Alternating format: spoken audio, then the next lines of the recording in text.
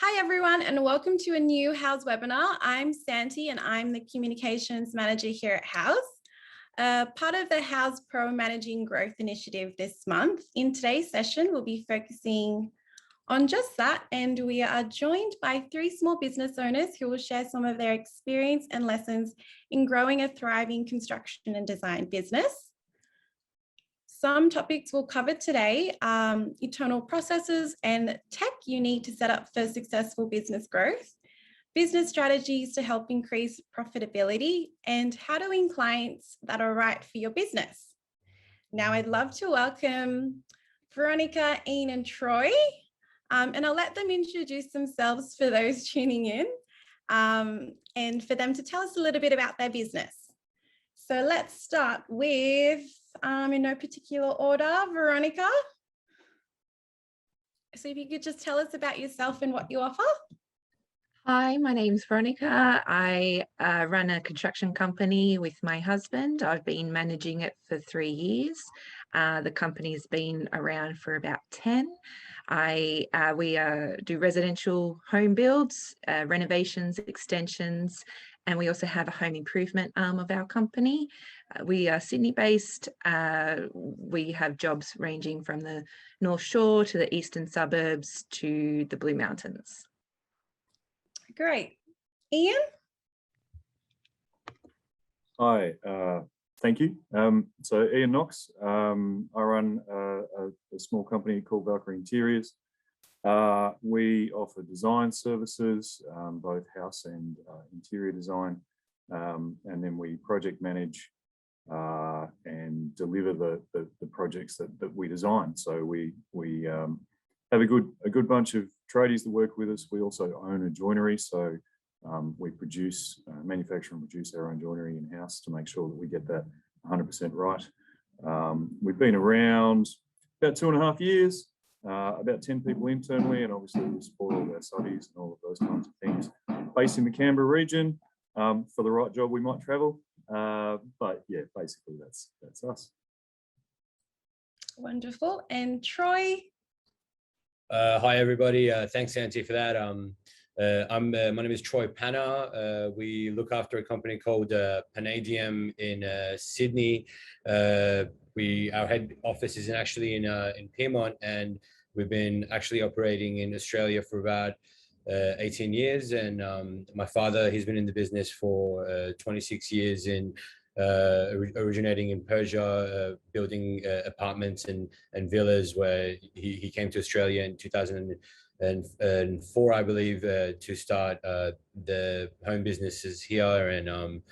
Yeah, we do everything from knockdown rebuild to construction of the interior and exterior, and we work very closely with architects and engineers to build the dream home that our clients want. Fabulous. Okay, let's kick it off. So let's press the rewind button. I'd love to take you back and hear about the early days, and understand why and how your businesses got started. So let's shuffle this around. Ian, do you want to give it a go first? Sure, thank you. My journey to this point has been fairly circuitous, I have to say. Basically, I've got a background in senior finance. I finished a trade in carpentry and joinery in 1997, and since then went off and did other things, became a CFO for a submarine company and a rail company. My teams were very often not male and not white, and they weren't treated very well. So I decided to leave corporate industry. I'd had enough of that. I didn't know what I was going to do. I thought about consulting, but I realized that I'd have to consult back to the same people. I didn't really want to do that. And then my mother-in-law came over for dinner one night and said, "You're a carpenter, aren't you?" And I said, "Yes." She said, "I have a renovation that I've been trying to get someone to do for years. Do you want to come and have a look at it?" And I said yes, and now here we are. So that's how we started. So I basically started with a hand toolkit. I took over my wife's shed in her house and started making joinery with a circular saw. And from there, we've managed to get to this point. So that's kind of how we started out. Do you want to just share a little bit how you started the business you said in your garage? Yeah, so yeah, we began with one job, you know, not intentional, didn't, you know, very accidental kind of start to the business, and you know, had to scramble around to get the tools, and you know, from my point of view, I hadn't done carpentry for a while, like something like 20 years, so I had to remember what I was doing too, which was a challenge. So so basically we had a 25-meter square garage, and I kicked everything out of it. There were no cars in there. I built some workbenches, and then just figured it out as we went along. What I did do though was, the moment I realized what I was going to do, was I sat down and did a business plan about what that might look like and where I thought it might go. So even from day one, I at least had some idea what I was trying to achieve. And you know, it was hard. It was really hard work, and I was by myself, didn't have the tools, didn't have anything, and just really worked hard for 6 months in that little garage until 3 o'clock in the morning, to get jobs done so we could make enough money to do the next one. But you know, it was an experience, let's put it that way. Thanks, Ian. Veronica, could you tell us about how you all started? Yes, so I run now the building company with my husband, but he initially was a carpenter and working for other builders. And after discussions, we decided to become a building company. So he got his builder's license. At the time, I was a registered psychologist working full time with children and adolescents, and which I loved. Then we had our family, and that work-life balance really wasn't being achieved with me working full time and Chris running this building company. So I shifted my career over and became the manager of Ultima Building Group, which we generated our own projects instead of working with other builders. We were the builder. It's tough. It's definitely got big tough days, but really big good win days as well. So that work-life balance was much better achieved working with Ultima Building Group. And I love construction, I love designing, and I love building. We have recently got an office, so I no longer work from home, which is a godsend. It's really hard to work at home, and that work-life balance is never achieved working, you know, in the lounge room or in a home office. So going to the office is wonderful. The company has grown stronger because of it. It's much more work friendly, and our employees love coming in and being able to then go home and spend time with their family. That's wonderful. And Troy? Sure. So as Veronica pointed out, you know, the construction business obviously has, you know, monumental challenges, but you know, the win days really do make it worth it. And you know, we me and Santi did talk about this briefly on our initial conversation, where you know, it's just a lot of the times you just gotta, you know, you gotta kind of just suck it all up and deal with it, because the highs are really high, and we live in a super great country with a great economy, especially in this industry. And I think you know, it'll be so, you know, if with what we're given in this place, it's crazy not to, you know, as our friend Ian pointed out, do the 3 a.m.s in the garage, and you know, put in the hustle to get the results, because the results are out there and the business is really out there right now. If anything is shown, is that, you know, we had 2 years of the pandemic, and during that time, real estate was just skyrocketing, which, you know, is crazy. People, everywhere else in the world were in a totally different place. So I think we're very, very lucky to be in this place, and I really think we should, you know, use all the opportunities that we're lucky enough to have to build this business. It's a great industry, and I really do think you have to be truly in love with it to go through the every days of it. Great. Okay, so let's switch gears and talk about the internal processes and technology that you need to support business growth. And so the question is, what tools are you using to manage operations in an efficient way to support your growth? How about we start with Troy? I'll do it first. I mean, the tools, obviously, companies such as House, where, you know, they've done such an extensive A to Z of what the professionals will need in terms of lead management, the project building, quoting. It's really the future in terms of like how you want to automate quotes and manage clients.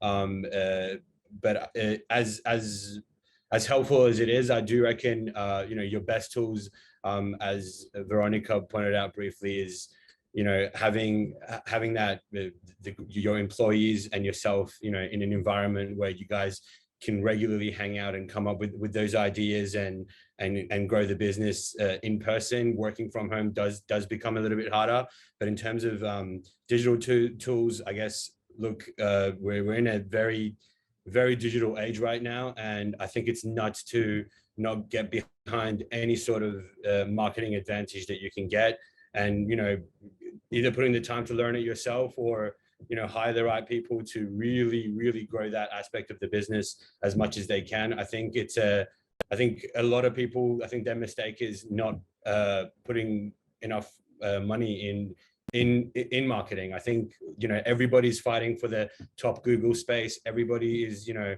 fighting for the top space in House and the recommendations. And I think a lot of small businesses are afraid to, you know, spend the extra couple of $1,000s to be in front of people's faces. And I think that's a big mistake.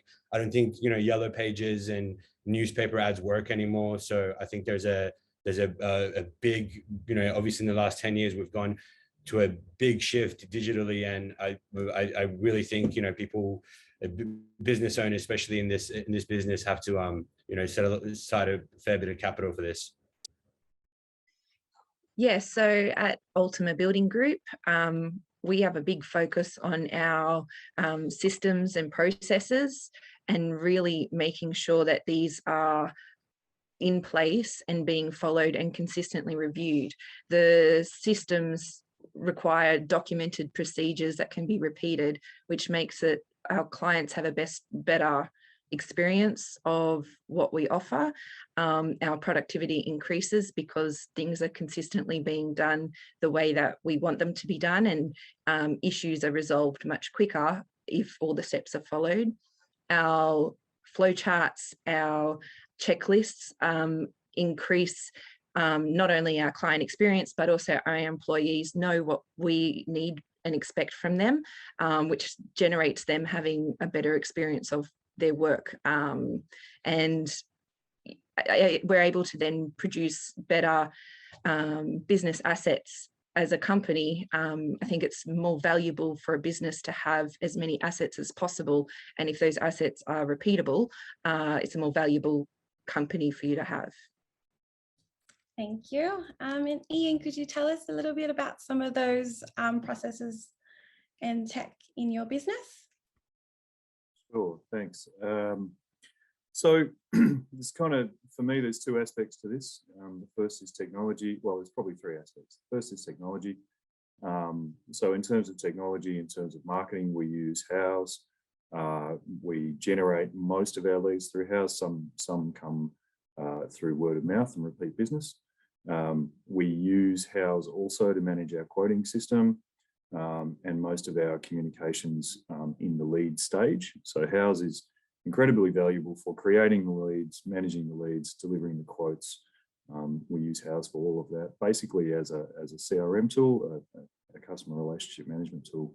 The second thing to mention here is culture, business culture. So Veronica mentioned some really important stuff around making sure you've got processes and systems in place, and they are absolutely critical. The next critical part for me is the culture within the business. So you know, in business training, they say to you that A people hire A+ people, and I found that to be really, really true. If we've got the right people in the place, we may have some technology holes, or our process might not cover something that's come along. And if we've got the right people and the right culture in the business, then it will ultimately take care of itself. That said, hiring the right people is really, really hard, and finding the right people is really, really hard. And we have 10 staff now. We've been extremely lucky. The 10 that we've got are really, really good. But we've also gone through a number of others that weren't so great. The secret was creating a culture that itself ejected those that don't fit and attracted those that do.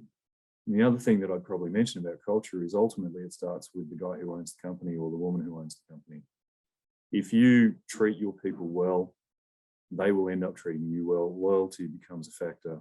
And once you've got a really loyal, capable set of people in the business who follow the culture that you've set, the business can solve its own problems without having to come to me every 3 seconds to ask a question, which is really, really nice, because then I get to see my kids sometimes. The business strategies to increase profitability. So the goal of any business starting out is to reach profitability and achieve sustainable growth. So let's hear a little bit about what makes a profitable business model. So let's start with Ian. Do you want to give it a go? Sure, thanks. I feel special, 2 in a row. Yay. So profitability is an interesting thing, particularly in the startup phase and particularly in the growth phase.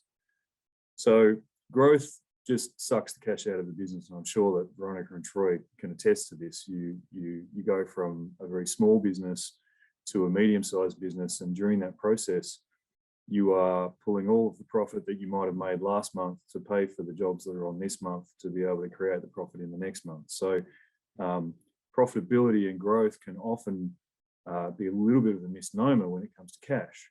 So given that cash the growth sucks the cash out of the business, managing that growth is absolutely key. The other thing is knowing your cost base. So when I started up, a little bit after I started up, because I had to get some tools before I could do this, I went down into the workshop, and I took a timepiece with me, and I literally recorded how long it takes me to make a cupboard, and I recorded how long it takes me to cut a sheet, and I recorded how long it takes me to do each thing that is a repeatable thing that happens within the business. I then calculated out the exact amount of material that goes into the average size cupboard, for example, and then applied the overheads. That gave me an exact number as to how much it costs me to do a thing. If I know how much it costs me to do a thing, then I know how to price it. And I also know, and this is really critical in growing businesses, I know how much I have to make for that job to be worthwhile. Because the other thing that often happens with a growing business is that people will take a job on because it creates what they think of as cash flow, but there's no profit. If you're not making profit and you're growing, you will go bankrupt. It's as simple as that. So yeah, the most important thing in terms of managing growth is knowing your cost base. Probably the second thing is understanding that you will run out of money, and you've got to know where the next bit's going to come from. Is it finance? Is it family? Is it coming out of your own pocket?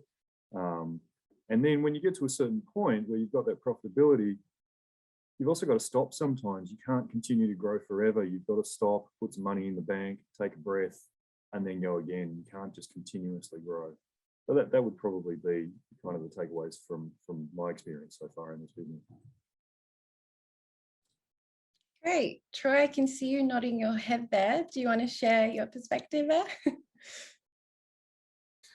Yeah, I think Ian pointed out a lot of accurate points, especially in regards to, when it comes to managing the speed of the growth, because, we have as I said previously, the economy with the pandemic and without the pandemic, it's just been a lot of ups and downs. And, you want to kind of, if there's a swarm of people that are coming out of the pandemic that want to renovate their homes, you want to capitalize on, all of these opportunities, but you also, as I'm sure Veronica would know, right now in the building industry, if you're like a 10, 15 employee company, it's sometimes still not enough for the amount of leads that you can manage. I mean, like, for example, my background is in marketing, digital marketing, and when you look at, like, for example, keywords in for Google Analytics, if you want to, let's say, own the keyword of bathrooms in the city of Sydney, or bathroom renovation in Sydney, some of those come down to $400 per click. Like, none of these are conversions. We're talking about people that are just clicking through the website, not even a phone call. And some of these people, some of these big companies are willing to spend that much, just on a lead. And when you think about that, and then you think about, where your business is in that circle of the chain, the hierarchy of the building business, I think it's very important to see, where you are realistically, and how quickly can you grow and maintain all your non-business related happiness and relations and children. And I think if you're a young single individual, you can probably hustle it out a lot more and a lot harder. But I guess a lot of people, I have this problem with my own father when he was starting to grow the business, and I decided to come on board. And I couldn't understand why, like, he would take weekends off, for example, like a Saturday and a Sunday off, because I was like, let's just go. And very soon after, I did a couple of 6 months, 7 months worth of weekends, and realized I had no social life, or like really nothing I could account for other than a bit of profit. You really realize you want to manage that speed of growth at a level that you can handle it personally, really, because if you have the capital, you will get as many jobs as you spend right now with digital marketing. You will see how many people are clicking through for the amount that you're putting in. You'll see how many people that are clicking through are converting into phone calls, and how many of those are converting into actual contracts. And once you do that for a year, there will be a particular formula that, hey, if I spend 50,000 in this month on marketing, I'm going to get 5 contracts. And once you get that formula, you try and workshop it around the speed that you want the business to grow, and how happy you are it is to grow. Very interesting. And Veronica? Yeah, so I think a really important element is cost estimation, which we've discussed. Definitely knowing exactly what you're estimating for, including allowances for your overheads, your time, obviously materials and labor. But then more importantly, really documenting on what you've actually spent. So really clearly identifying where that money is going while you have the job and the project on board. So knowing that when you go and quote another job, which you will win, that you are making a profit, and that your margin hasn't decreased. You are, receiving that percentage that you expect to receive, which would allow you to grow. On top of that, outsourcing things that cost you more in your time would save you money. So outsourcing, so I'm not a marketer, so I outsource my marketing. I'm good at managing, so I make sure I do that. We outsource the things that we are better to spend our money on and save in our time. We'll make more money that way. So being really clear about your cost estimation of what you estimate and what you actually spend, and really knowing exactly what you're making on each project, and then outsourcing on the items that you really don't need to spend your time doing. For me, it's marketing. For others, it might be bookkeeping or accounting or advertising, all those sort of things. Great, thank you. Let's move into, so how to win clients that are right for your business. Let's understand what marketing approaches help you establish your brand and company in the earlier days, and then kind of what are you successfully investing in now? Sorry, let's start with Ian. Oops, missed the mute button there. Yeah, so in the early days, I do remember starting out the business, doing my first job and thinking, am I ever going to get another job? I do remember that. These days, I've got the opposite problem. I'm kind of trying to figure out exactly which jobs I need to quote for first. As Troy said, the industry is insane at the moment. If you run a design and building company at the moment, it's kind of hard not to have work.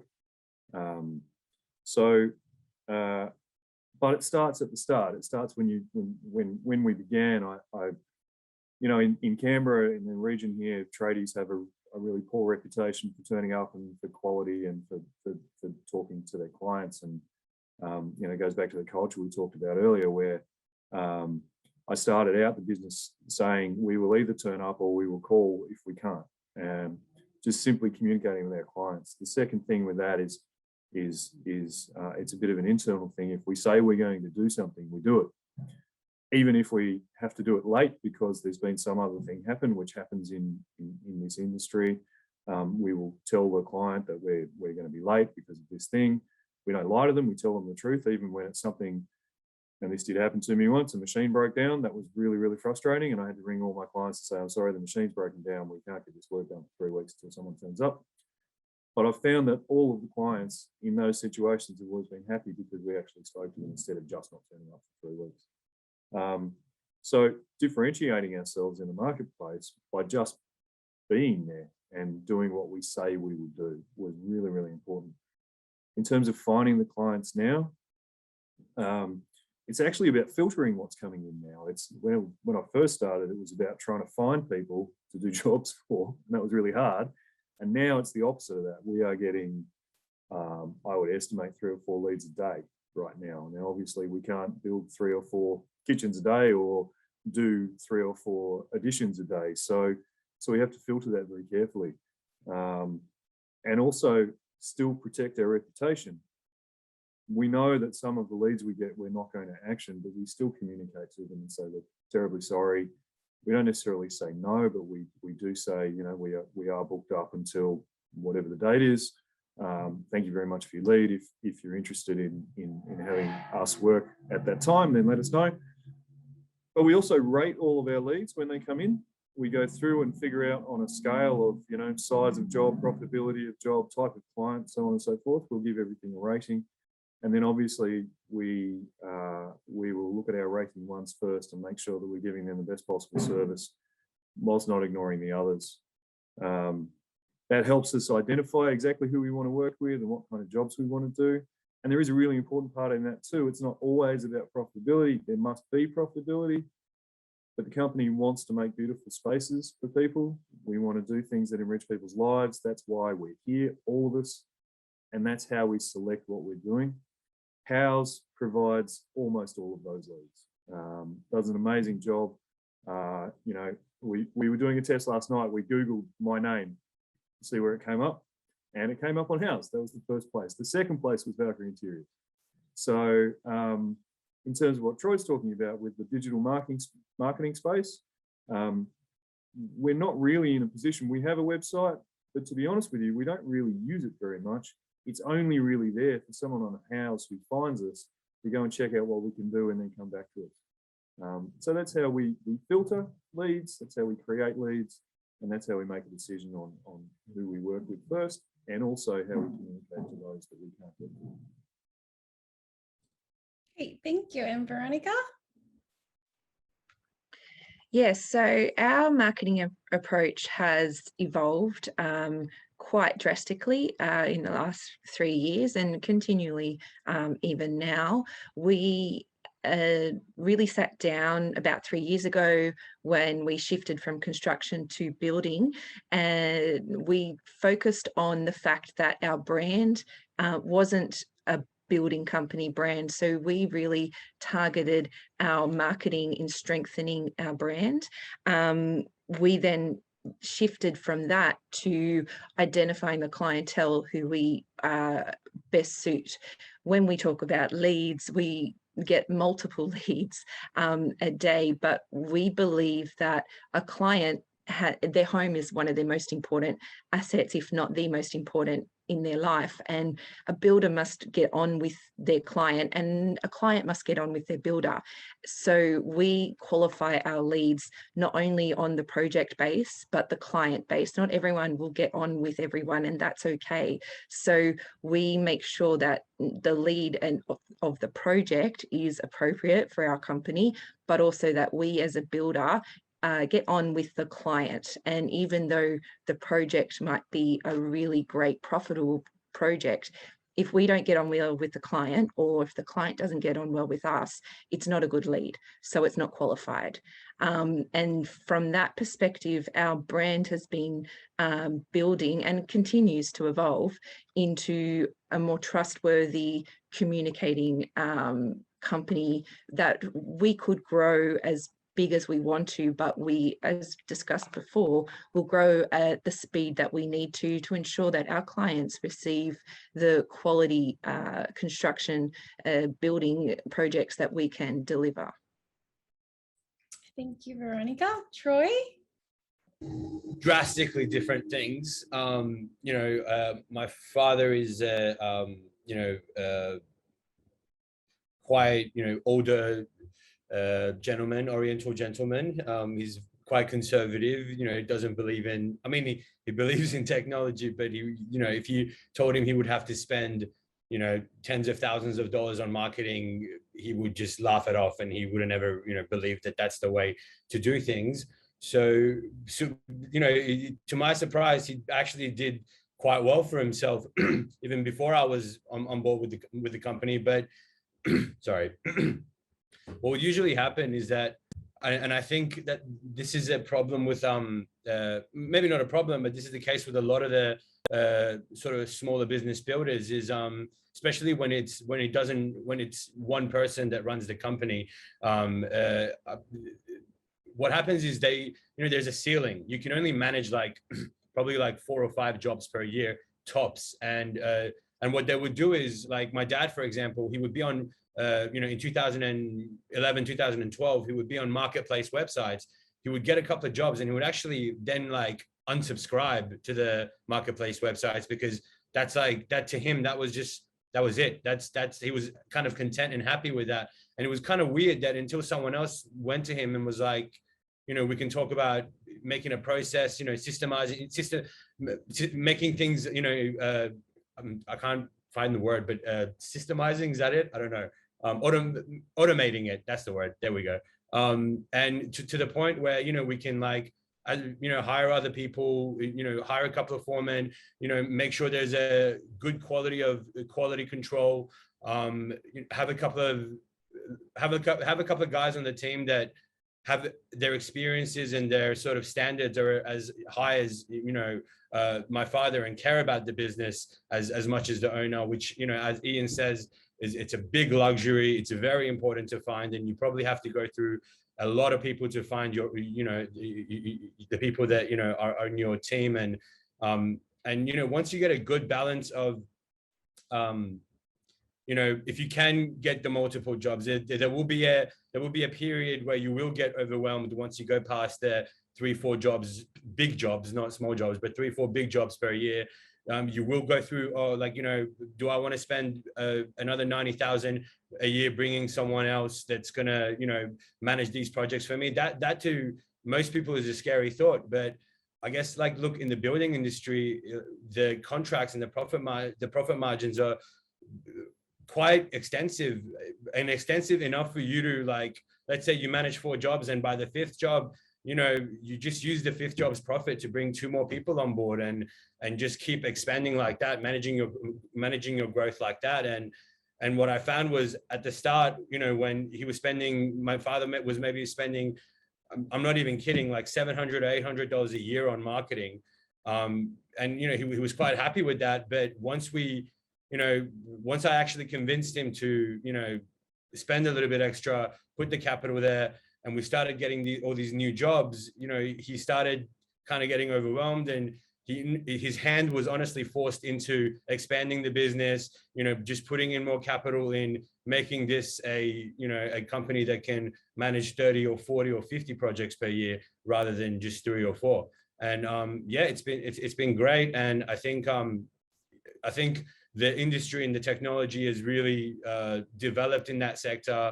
And I think everyone eventually is just gonna, like, we're already in the middle of it. This isn't the beginning, I think. And it's not too late to get on the digital bandwagon, but I think it's just something that if you don't consider it now, you will fall behind on a competitor that might start the business, you know, 10 years after you do. Thank you, Troy. So before we wrap up the webinar, this is the last question. It's a good one. Before we wrap up the webinar, I think it's always fun to think about what sage advice you would tell yourself if you had the chance on day one of starting your business. And so knowing what you know now, it would be helpful to share what advice would you give to, you know, new firms or small business owners who are stepping out into the construction and design industry. Let's start with Veronica. I think there would be 2 pieces of advice, if I may. One, to myself, I would say my mindset should have shifted from a self-employed businesswoman to an entrepreneur who owns and runs a business. So my mindset at the beginning was very much focused on self-employed, where I was the business. I was working and running myself, you know, dry some days. I think if I had really gone into the whole business model more as an entrepreneur who owns the business and outsourced sooner than what I had, I would be in a better position than I was today. I'm in a good position now, but I think I would have got here quicker if I was thinking more of as an entrepreneur instead of an owner business woman. My second piece of advice would be to tell myself that bad days are okay, because good days come really soon. Bad days happen, really hard problem solving, and it feels like you're just getting hit left, right, and center. Not giving up and just keeping your head high, knowing that if you pull through it and you're good at what you do and you love what you do, then it just gets better and better and better. That's lovely. Ian. Thanks, Andy. I have to say, Veronica, completely agree with your second point there. There were many, many days where it just felt like it went forever. I couldn't figure out why I couldn't solve all the problems, and then another set would come over the top, but it was definitely worth it. So that was really, really nice advice. I would say to myself on day one, figure out what you want to be. Figure out what kind of business you really want to be. I've always had, even though I might have accidentally started this business and it kind of came about from my mother-in-law, who I don't normally like, I gotta be honest, but you know, she kind of kick-started this adventure.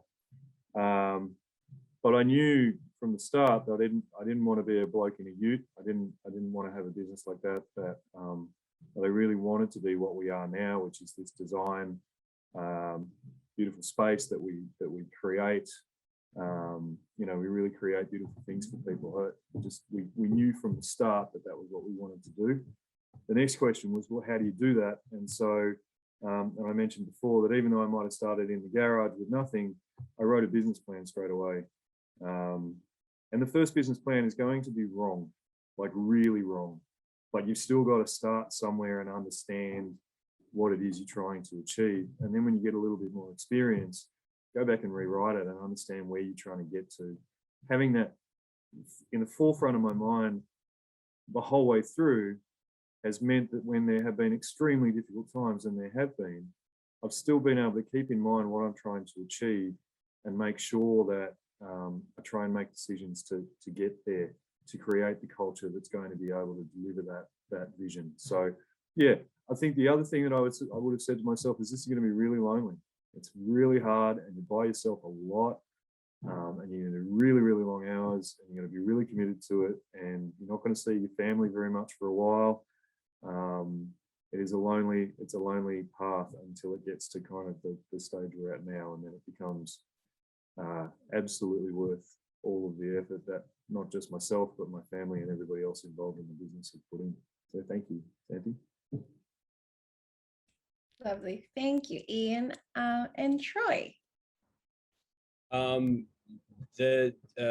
Ian and Veronica practically covered, most things. I mean, Veronica's, as Ian said, Veronica's second point is most of what makes this whole idea and this business seem impossible is just the hard days. And I'm gonna give some, I guess, builder specific advice, because that's only the kind of the hardship I've experienced in this industry was very builder related. I think my first advice is that what you need to realize is the first thing is that as the builder, the quicker you realize you're responsible for everything, the better.